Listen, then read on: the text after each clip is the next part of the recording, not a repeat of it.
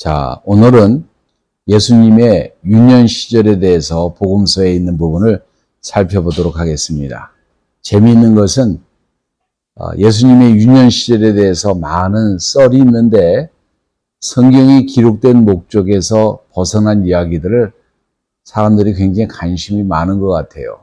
그런 것은 굉장히 어리석은 일이고 잘못된 일이고, 성경에서 경제적으로, 정치적으로, 사회적으로, 문화적으로, 종교적으로, 도덕적으로 때가 찼을 때에 그리스도께서 이 땅에 오신 것을 우리가 전 시간에 배웠습니다.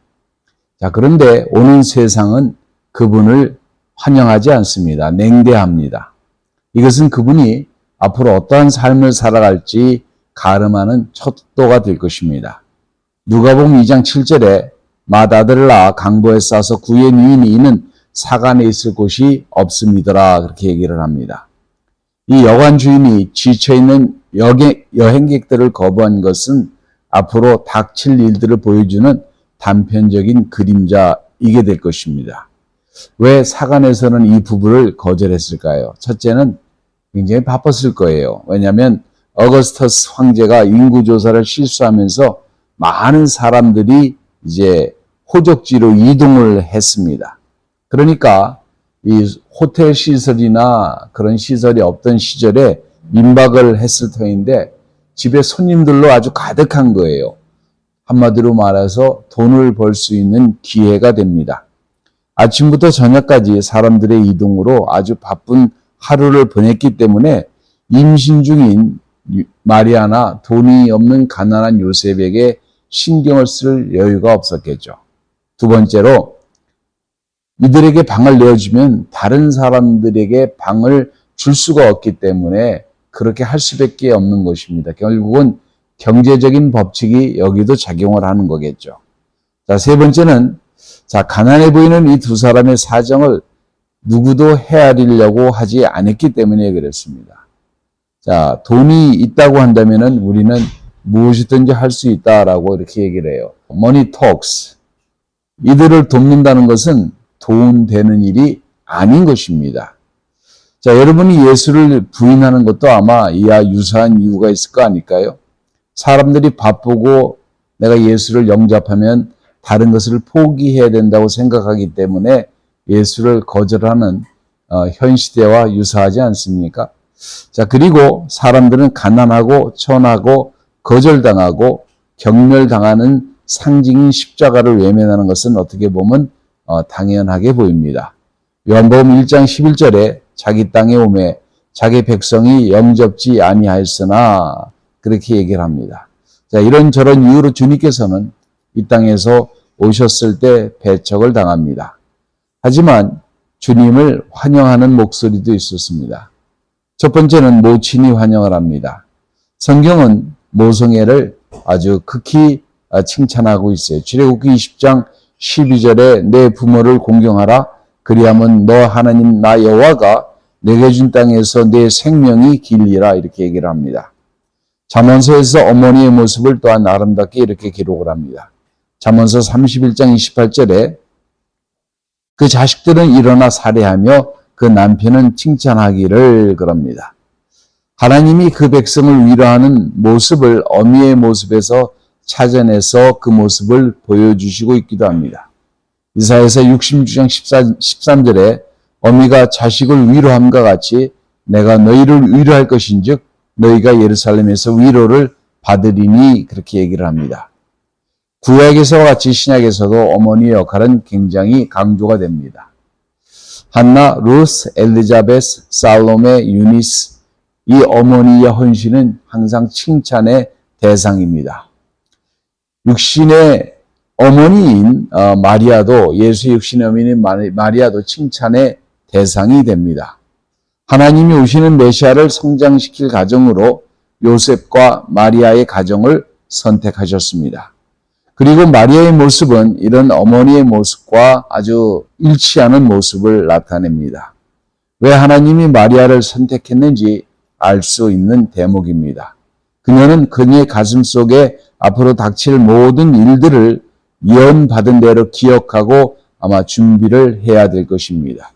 누가복음 2장 19절에 마리아는 이 모든 말을 마음에 지키어 생각하느니라 그렇게 얘기를 합니다. 어느 날 예수가 세상 속으로 들어갔을 때 이것이 끝나는 날까지 예수를 지켜본 증인 중에 한 사람이기도 합니다. 요한복음 19장 25절에 예수의 십자가 곁에는 그 모친과 이모와 글로바의 아내 마리아와 막달라 마리아가 섰는지라 그렇게 얘기를 합니다. 바로 탄생에서부터 죽음까지 지켜본 여인이 마리아였습니다. 누가복음 1장 38절에 마리아가 가로되 주의 계집종이오니 말씀대로 내게 이루어지리이다 하며 그렇게 얘기를 합니다. 이것은 그녀가 어떤 헌신을 할 것인지 고백하는 장면이기도 하고 시므온의 말은 칼같이 그녀의 마음을 찔렀을 것이라고 생각이 됩니다. 누가복음 2장 35절에 또 칼이 내 마음을 찌르듯 하리라. 이는 여러 사람의 마음의 생각을 드러내려 함이니라 하더라. 모든 길에 자신의 몸으로 낳은 아들이 가는 인생길을 마리아의 희생정신은 아주 아름답게 보입니다. 그러나 마리아가 숭배의 대상은 절대로 아니에요. 하나님이 쓰신 도구의 한 사람일 뿐입니다. 자, 목자들이 환영을 하죠. 요람에서 목자들의 이야기는 합당합니다. 이스라엘에서 목자들이 주는 상징적인 많은 의미가 있어요. 목자는 하나님과 연관되어 생각하기도 합니다. 시편 23장 1절에 여호와는 나의 목자시니 이렇게 얘기를 하죠. 하나님의 아들인 예수님조차도 자신을 목자라 이렇게 스스로 칭하십니다.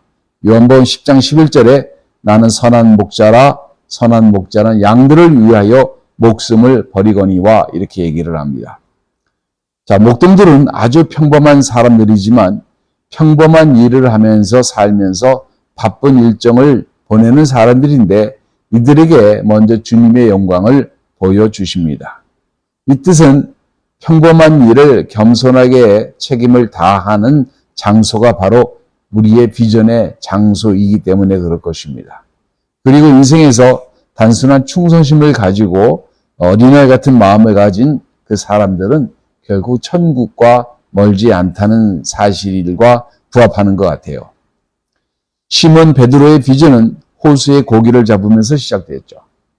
누가복음 5장 8절에 시몬 베드로가 이를 보고 예수의 무릎 아래 엎드려 가로되 주여 나를 떠나소서 나는 죄인이로소이다. 다니엘의 비전도 그렇습니다. 모든 일은 사소하게 보이는 주어진 일을 행하는 가운데서 주님께서 주시는 것입니다. 하루아침에 갑자기 어떤 큰 일이 벌어지고 큰 비전이 열리는 것은 아니에요. 자, 동방박사들이 환영을 합니다. 전설에 의하면 한 명은 아프리카에서 왔고 다른 사람들은 동방 쪽 메소포타미아 쪽에서 왔다고 하는데 박사라고 그러니까 굉장히 공부를 많이 한 디그리를 가진 사람으로 많은 분들이 생각을 하시는데 이들은 조로아스토교의 점승사들입니다. 이들의 출현은 세 가지를 말하는데 복음의 도전을 상징적으로 말하는 것입니다. 동방박사들은 먼 길을 떠나가지고 믿음을 가지고 경배하러 온 사람들입니다. 아브라함과 같이 목적지가 어딘지 갈 길도 어딘지 모르고 예수를 찾아왔다는 사실이에요. 복음의 생각을 우리는 도전하는 사람들이라고 생각을 합니다. 이들은 생각하고 조사하도록 훈련을 받은 사람들이에요. 자, 모든 사람들에게 도전을 주는 사람들입니다. 메소포타미아 지방에서 아프리카에서 이들이 왔다고 합니다. 이들의 주는 세 가지의 도전은 오늘 우리 성도들에게도 똑같습니다. 주님은 도전 정신을 요구하고 생각을 요구하고 모든 계층의 사람들을 요구합니다. 이들의 세 가지 예물은 상징성을 가지고 있는데 한 사람은 여기서 제외되죠. 세 사람, 동방박사 원래 4명이라고 그래요. 근데 한 명은 예수님을 만나지 못합니다. 나중에 이제 전설을 의하면 만나는데 성경에는 세 사람만 기록되어 있죠. 자, 그래서 한 사람이 황금을 가져왔는데 왕을 대변하고 두 번째 사람은 노약을 가져왔는데 이것은 장사, 제사장의 직분을 예미하고 유황은 선지자를 예미해서 예수님께서 왕과 제사장과 선지자로 오셔가지고 선지자로 사시다가 제사장으로 십자가에서 완전한 제사를 드리고 왕으로 살아가실 것을 우리에게 증거한다고 하는 얘기입니다. 안나와 시몬이 있어요. 누가복음 25절에 예루살렘에 시몬이라는 사람이 있으니 이 사람은 의롭고 경건하여 이스라엘의 위로를 기다리는 자라 성령이 그 위에 계시더라 그렇게 얘기를 합니다.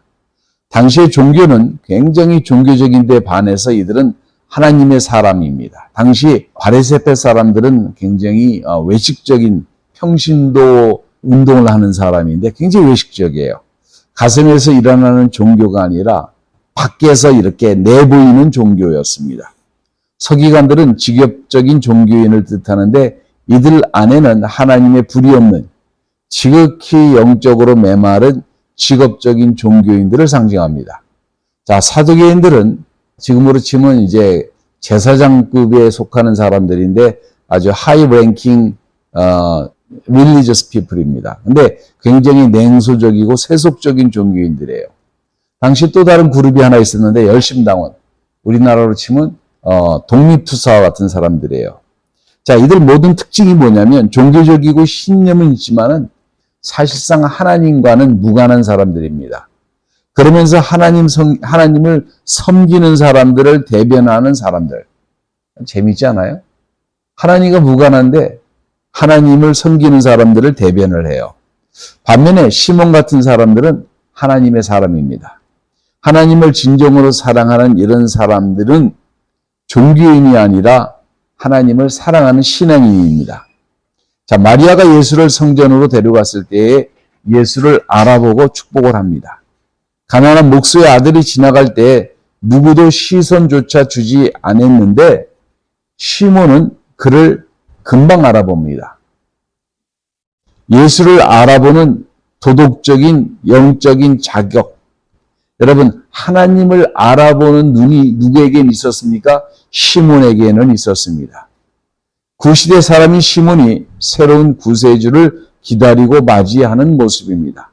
그는 새로운 시대의 상징인 예수를 품에 안고서 누가복음 2장 29절과 30절에 주제여 이제는 말씀하신 대로 종을 평안히 놓아주시는도다. 내 눈이 주의 구원을 보았사오니 라고 얘기합니다. 바로 하나님이 성육신한 거예요. 죄악된 세상을 치료하시려고 하시는 하나님의 본격적인 사역이 시작된 것입니다. 누가복음 2장 40절에 아이가 자라고 강건해지고 지혜가 충족하여 하나님의 은혜가 그 위에 있더라라고 얘기를 합니다. 자, 30년 동안 예수님의 그 모든 이야기는 자신의 길을 준비하는 시간으로 성경에서 감추어져 있습니다. 그분의 유년 시절 이야기는 외경에는 기록되어 있지만 전혀 주목할 필요가 전혀 없습니다.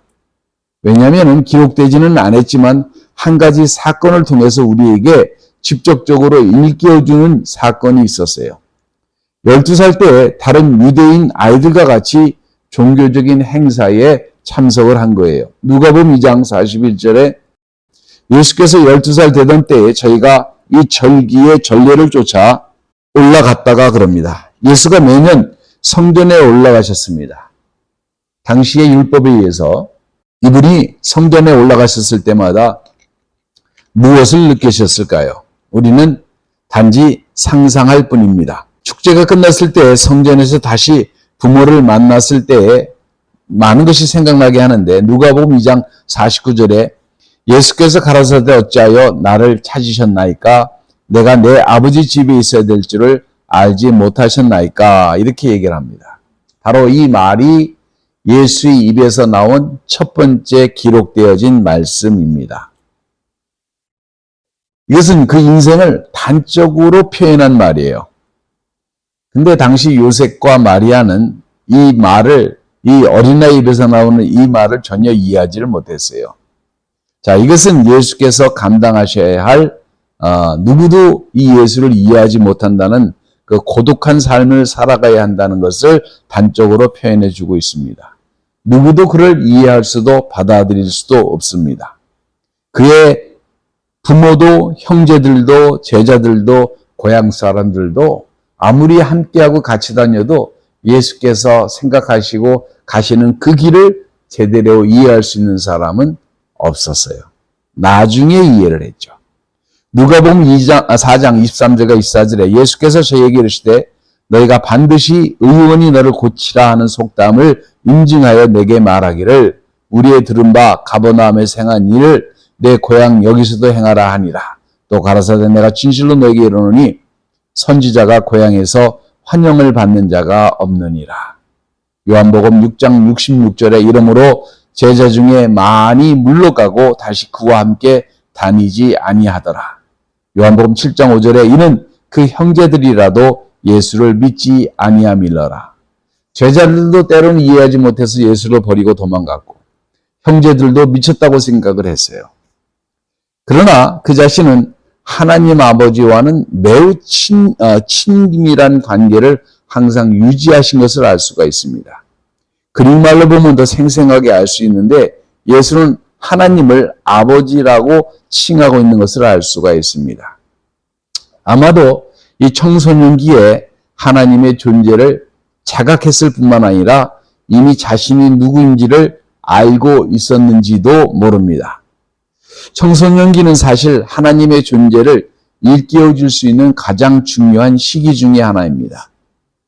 예루살렘을 방문한 후에 다시 베일에 가려지게 되고 다시 오랜 침묵이 흐르고 18년간의 세월, 그리고 침묵의 세월이 흐릅니다.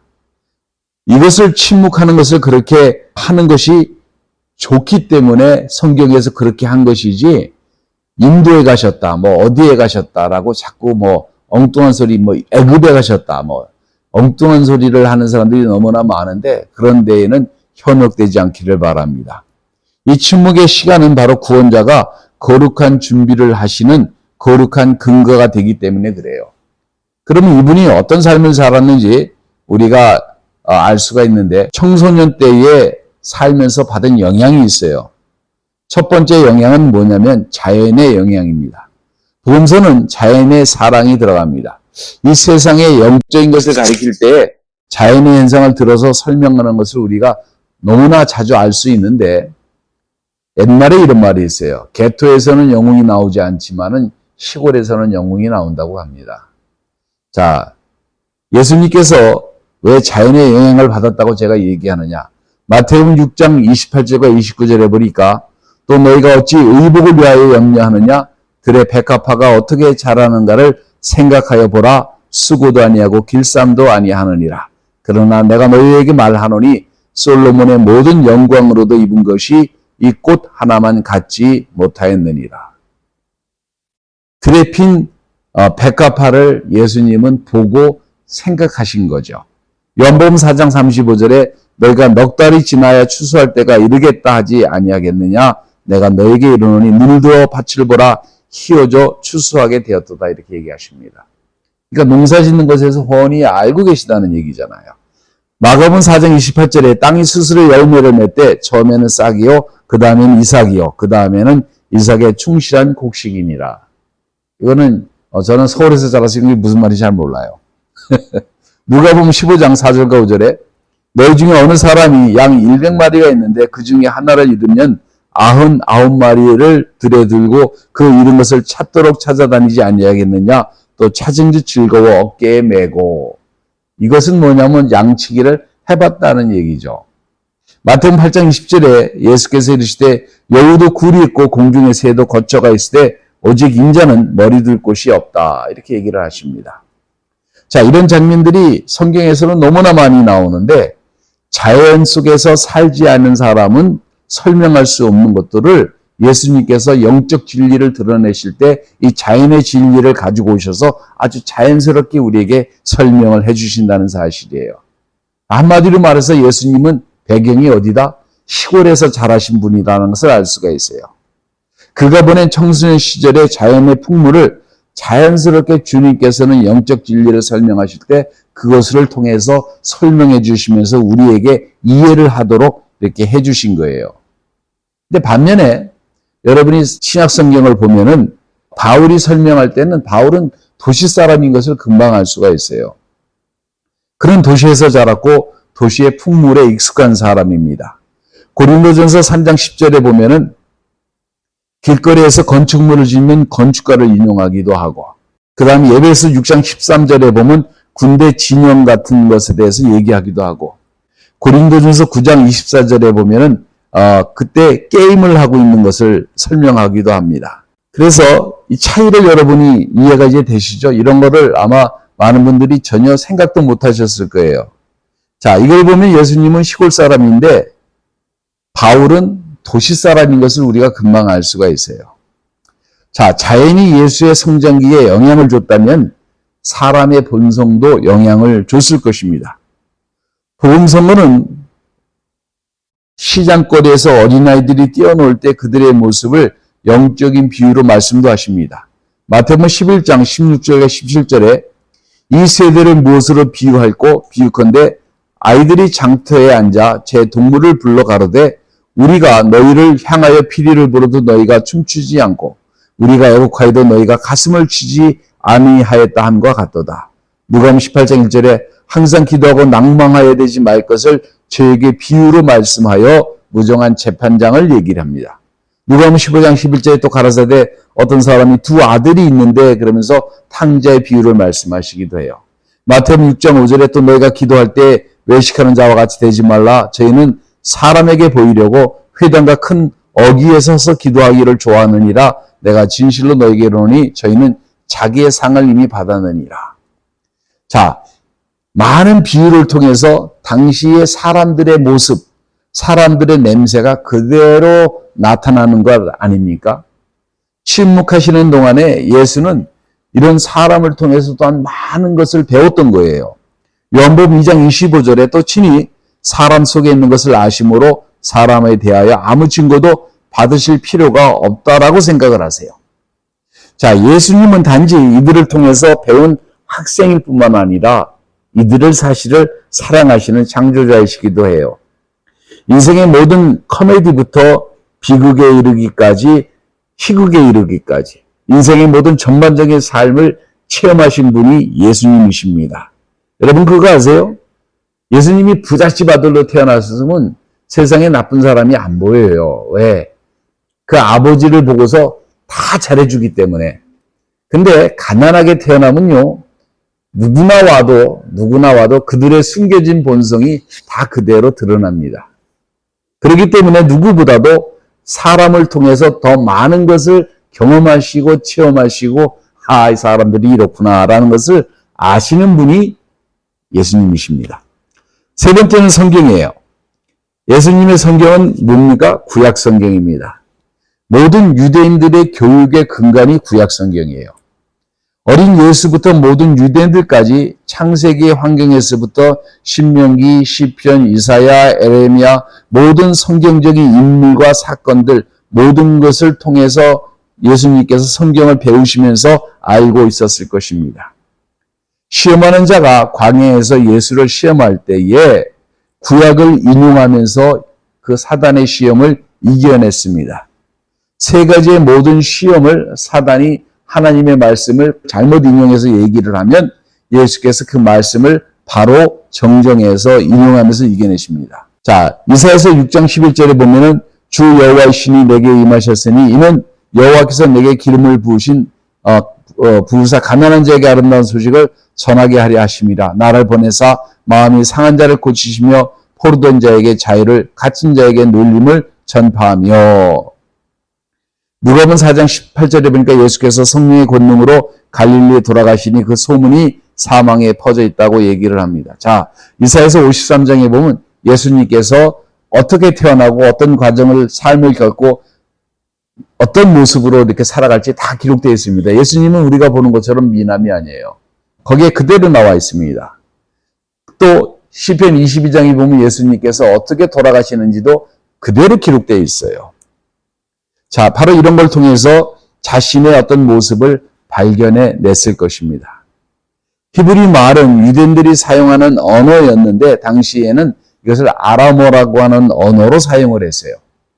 그릭 성경인 70인 번역을 사람들이 사용하면서 그리고 로마가 점령하면서 이중 언어를 그릭 말을 다 사람들이 사용하게 되어 있었습니다. 신약 성경을 그리거로 쓰여졌지만 그래서 가끔 가다가 아람어가 튀어나오기도 합니다.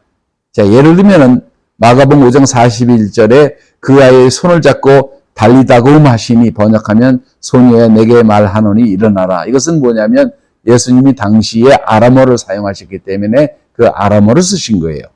마가복음 15장 34절에 엘리 엘리 레박 사막타니 십자가에 돌아가시면서 주여 어찌하여 나를 버리시나이까? 이거 시편 22장에 있는 말인데 그대로 인용하시는 거죠. 근데 이 말이 뭐냐면 바로 아람어예요. 하늘을 우러러 단식하며 마가복음 7장 34절 이르시되 에바다야 하시니 열리라. 이것도 역시 아람어입니다. 자, 그래서 이 구약의 인용은 원래 그가 히브리 말로 성경을 공부한 것을 단정 지어도 됩니다.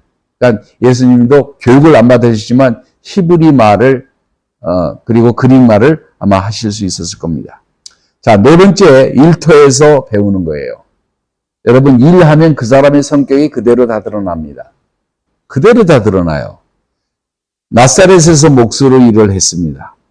예수님은 자신이 일한 손으로 일을 해서 자신이 생활한 것뿐만 아니라 가족들을 다 먹여 살려야 했어요. 자, 이 일터에서 예수님의 성품이 다져갑니다. 아마도 누군가가 부탁한 것이 무엇이었던지 간에 하나님이 일처럼 행하시는 것처럼 아주 꼼꼼하고 정확하고 분명하고 확실하게 행하셨을 거예요. 아마도 그 목소의 문패에 이런 글귀가 있을지도 모릅니다. 마태복음 11장 30절에 있는 것처럼 내 멍에는 가벼우니 이는 내 멍에는 쉽고 내 짐은 가벼움이니라. 뭐 이런 글귀가 쓰였을 것이라고 그렇게 생각을 해봅니다. 이런 문기가 있었던지 없었던지 이 목수가 만드신 멍에는 가볍고 지기 쉽고 편했을 것이라고 확신을 합니다. 자, 마지막으로는 가정이에요. 예수님은 가족에서 성장을 하셨습니다. 가톨릭에서는 마리아가 예수님 낳고 애를 안 낳았다고 이렇게 거짓말을 이렇게 하는데 그건 말이 안 되는 얘기예요. 언제면은 마태복음 13장 55절에 보면 이는 그 목수의 아들이 아니냐 그의 모친 마리아 그 형제들 야고보, 요셉, 시몬, 유다, 예수 남자만 5명이에요. 그 너희들은 우리와 함께 있지 않느냐. 너희라고 그러니까 시스터가 적어도 복수로 쓰였으니까 2명 이상이에요.